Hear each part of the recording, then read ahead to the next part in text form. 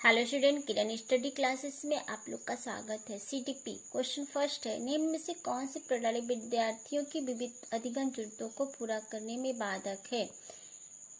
ए सहयोगात्मक अधिगम, बी पृथक्करण और नामीकरण, सी उपयुक्त समावेशन, डी विभिन्न शिक्षा शास्त्रीय पद्धतियां। तो इसमें पूछा है निम्न से कौन सी प्रणाली विद्यार्थियों की विविध अधिगम जरूरतों को पूर्ण करने में बाधक है? आंसर होगा हमारा बी पृथक्करण और नामीकरण। दूसरा, मूल्यांकन किस उद्देश्य से नहीं किया जाना चाहिए? ए बच्चों की तैयारी के स्तर पर पता लगाने, बी बच्चों की आवश्यकता समझ में कमियों की पहचान करने, बी सी बच्चों में प्रतिस्पर्धा की भावना पैदा करने, डी यह समझने में मदद करने के लिए बच्चा क्या कर सकता है। तो मूल्यांकन किस उद्देश्य से नहीं करना चाहिए? तो आंसर होगा हमारा सी बच्चों में प्रतिस्पर्धा की भावना पैदा करनी। तीसरा, लॉरेंस कोहलबर्ग के अनुसार नैतिक विकास एक असतत प्रक्रिया है जो 6 चरणों में होता है। बी तथ्यों के सामाजिक और सांस्कृतिक संदर्भों में निर्भर करता है। सी बच्चों के बुद्धिलब्धि से परस्पर संबंधित है। डी पूरी तरह से आनुवंशिक कारकों पर निर्भर करता है। तो लॉरेंस कोहलबर्ग के अनुसार नैतिक विकास एक असतत प्रक्रिया है जो 6 चरणों में होता है।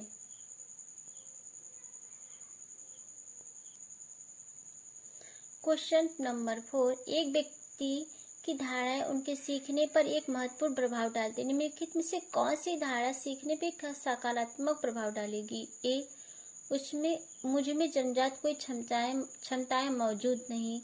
बी शिक्षक हमेशा कठिन प्रश्न बनाते हैं। सी अच्छे या बुरे अंक लाना अपने प्रयास पर निर्भर करता है। डी भूगोल शास्त्र से मेरे कभी भी अच्छे अंक नहीं आए और मेरे पास प्रयास करने पर इसमें अच्छे अंक नहीं आ पाएंगे।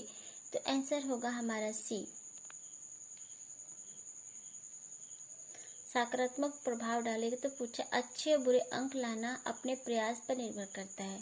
5वां, संरचनावाद का सिद्धांत ए सीखने में अधिगमकर्ता की भूमिका को महत्वपूर्ण मानता है जिससे वह संसार के बारे में खुद की समझ बनाते हैं। बी जानकारी के स्मरण और उनके प्रत्यस्मरण की परीक्षा पर जोर देता है। सी शिक्षिका की प्रभुत्व भूमिका पर जोर देता है। डी निष्क्रिय अनुकरण के अधिगम में भूमिका पर जोर देता है। आंसर होगा हमारा ए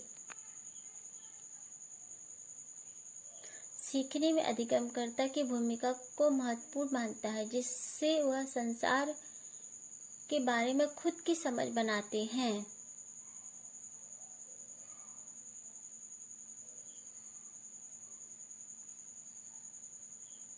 क्वेश्चन नंबर 6, संज्ञान और संवेगों के बारे में कौन सा कथन सही है? ए संज्ञान और संवेग की प्रक्रिया एक दूसरे से स्वतंत्र है। बी संज्ञान और संवेग एक दूसरे से गुथे हुए हैं, वह एक दूसरे से प्रभावित करती हैं। सी संज्ञान संवेग पर प्रभाव डालता है परंतु संवेगों का संज्ञान पर कोई प्रभाव नहीं पड़ता। तो आंसर होगा हमारा बी संज्ञान व संवेग एक दूसरे से गुथे हुए हैं, वह एक दूसरे को प्रभावित करते हैं। Please like and subscribe this channel.